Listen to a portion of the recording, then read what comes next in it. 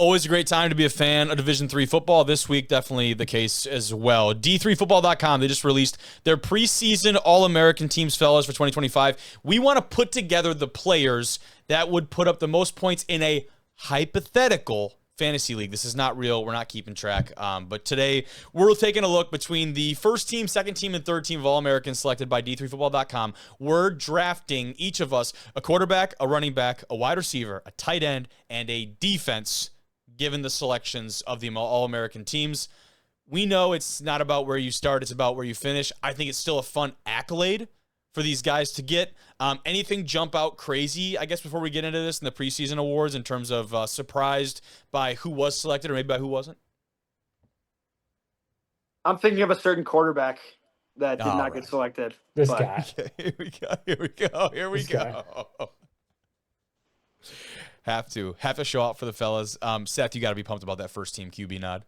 Nah, man, no surprises there. Super happy for him. He deserves it, absolutely.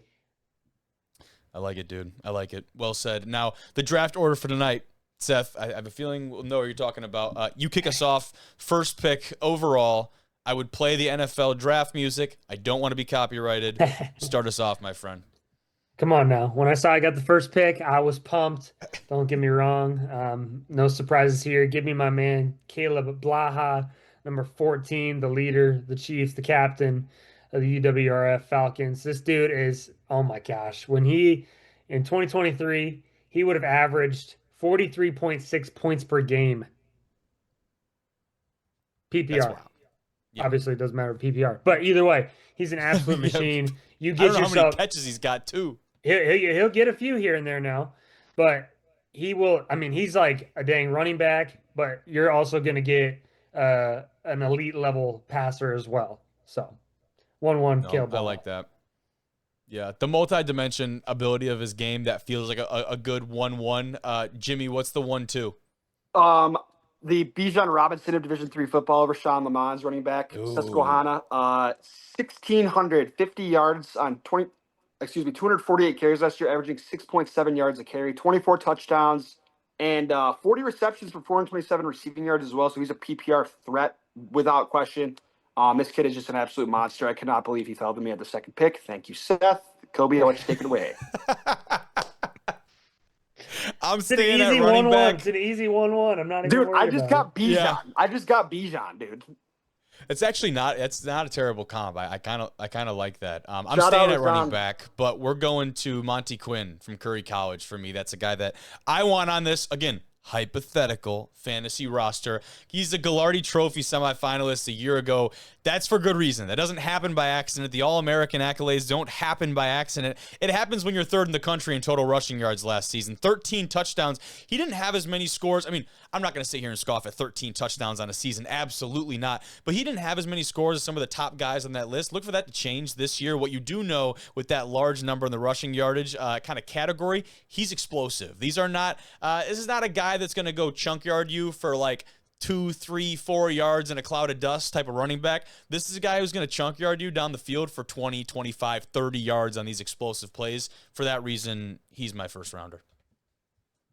And then actually, I have to follow that up, I believe, correct? The wraparound, the snake. Yes, sir. So let's stay in the offensive backfield then. Quarterback, Nick Septenhelter from John Carroll. He joined the Blue Streaks from D1 Bucknell. He was a team captain, fellas, at Bucknell. This is a guy who has really good experience at the Division I level. He comes down. He has the third highest passing efficiency in John Carroll history in 2024. But for me, actually the most interesting piece about him hanging into 2025 has nothing to do with him. It's about the guys in front of him. The front five. A year ago in 2024, he had all returning starters from 2023. Last year, a ton of leadership and veteran experience in front of him in that front five. The big uglies were full of a ton of top talent. You know, from what I can tell, this year they lose at least 4 guys up front who are either All-American or all-conference level players. What does he do when there might be a little bit of a shakeup in who's snapping on the ball, watching his blind side, etc.? Still going to have a great year regardless. I'm very curious to see if he can take that, make that next jump from what was already an incredible line of production to something that's even more ridiculous. And then, I feel like I got another steal here. I'm going with Dylan Wheeler, wide receiver, St. John's.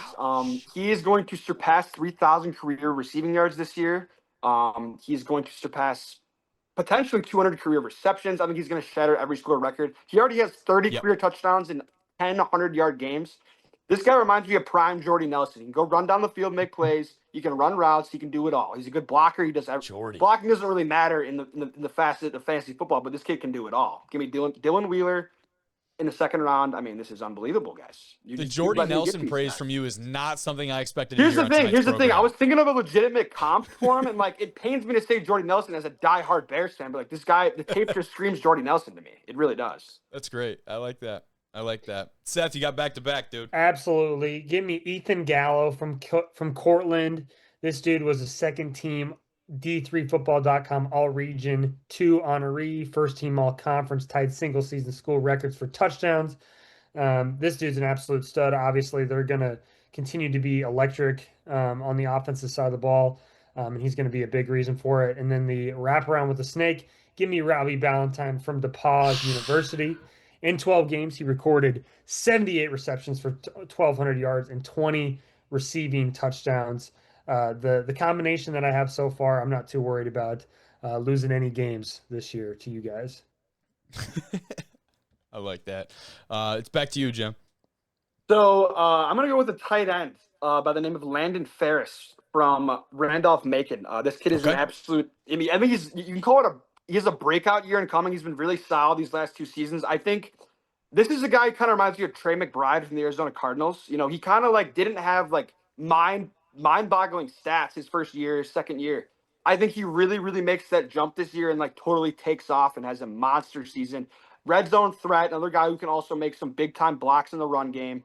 Give me Landon Ferris, tight end. Yeah, that was the thing that for me, as when it comes to an all-around tight end, he has to be in the conversation. That's why he's on the list as a preseason All-American. In terms of fantasy, might be a little more of a question mark because he doesn't put up ridiculous, like you said, these egregious numbers in the passing game and those kind of things. But when you watch his impact in the run-heavy kind of attack we've seen from Randolph-Macon that dominates the line of scrimmage, no question why he's a part of this preseason All-American squad. Now, it's back to me for 2 picks. We're going to go to the wide receiver room. You guys picked, I'm not going to lie, you picked my top 2 off the board. Love both those guys that you talked about. But when I already picked up his quarterback, I feel like I have to stay there with the Blue Streaks. Let's go Tyron Montgomery from John Carroll as well. The hometown of Texas, in Woodlands, Texas, coming up to play at John Carroll is an interesting story for him. The combination with him and Nick under center is going to be one to watch this year. And, it's kind of fun when you have 2 guys like that, similar roster on the squad, because I guess if we were actually doing this, it's less watching of, you get to focus on your one team here. But I think that combo is going to be absolutely dangerous. And then I'll go back to tight end. Give me Joey Gendro from St. John's, 800 yards last year. The most impressive stat line receiving-wise of the tight ends, I think, of this bunch. And that's for very good reason. The crazy thing is, there were 2 receivers at St. John's in the top 15 last year when it came to receiving yards. That's a ridiculous feat. The tight end, to be able to get that level of production on a team that threw the ball around and passed the ball around, distributed it very well. The question for him in that entire offense in general is, can they replicate that without Severson under center? For me, Aaron Severson, he's been the man in the face of St. John's football for the last couple of years. Can the Johnnies go out and replicate that kind of success? Can they distribute the ball? Obviously, Wheeler being a big piece of that offensive attack. Gendro will be right there beside him, boys.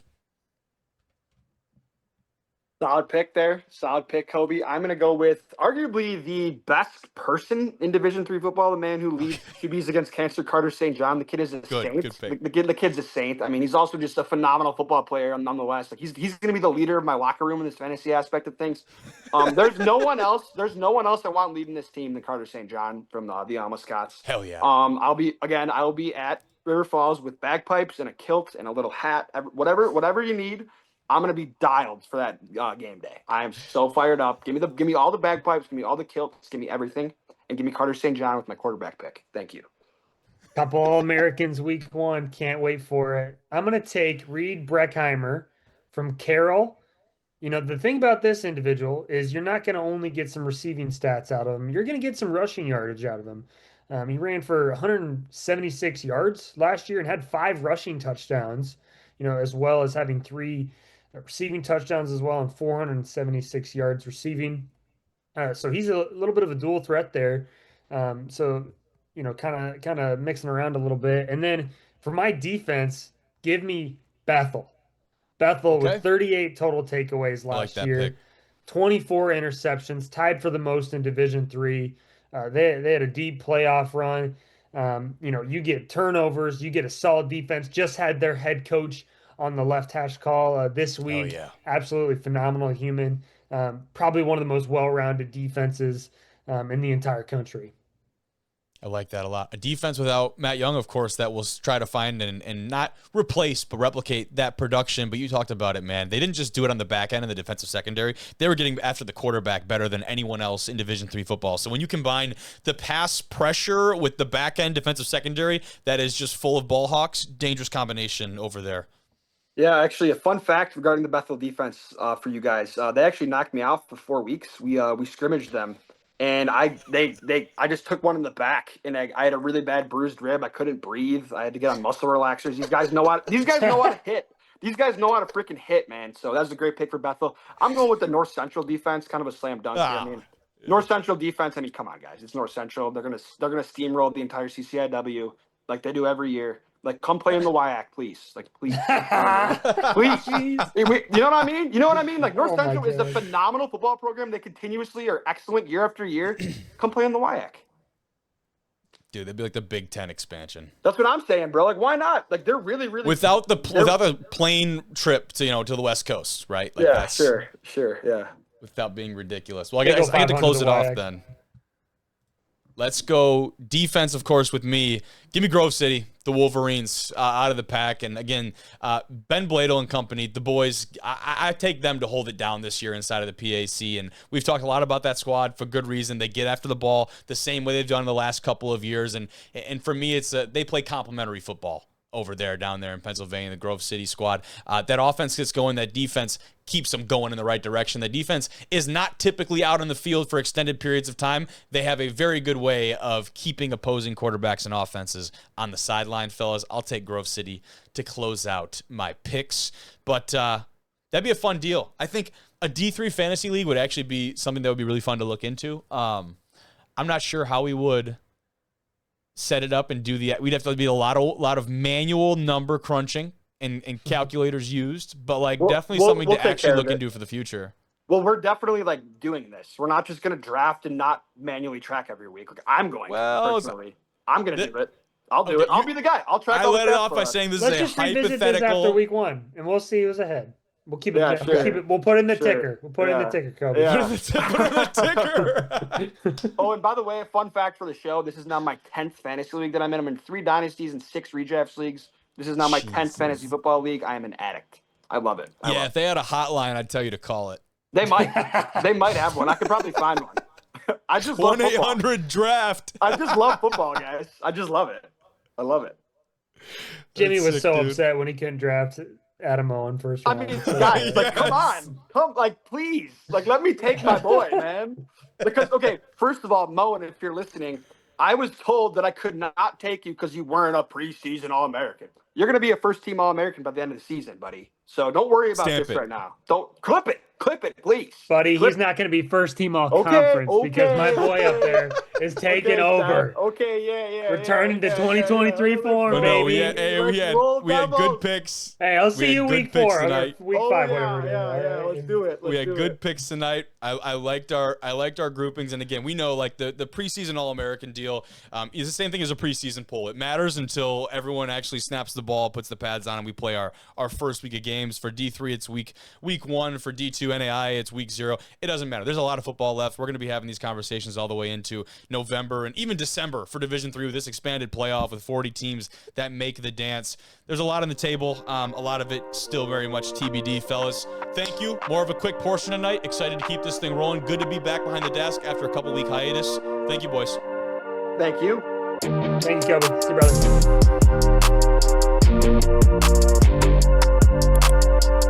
brother.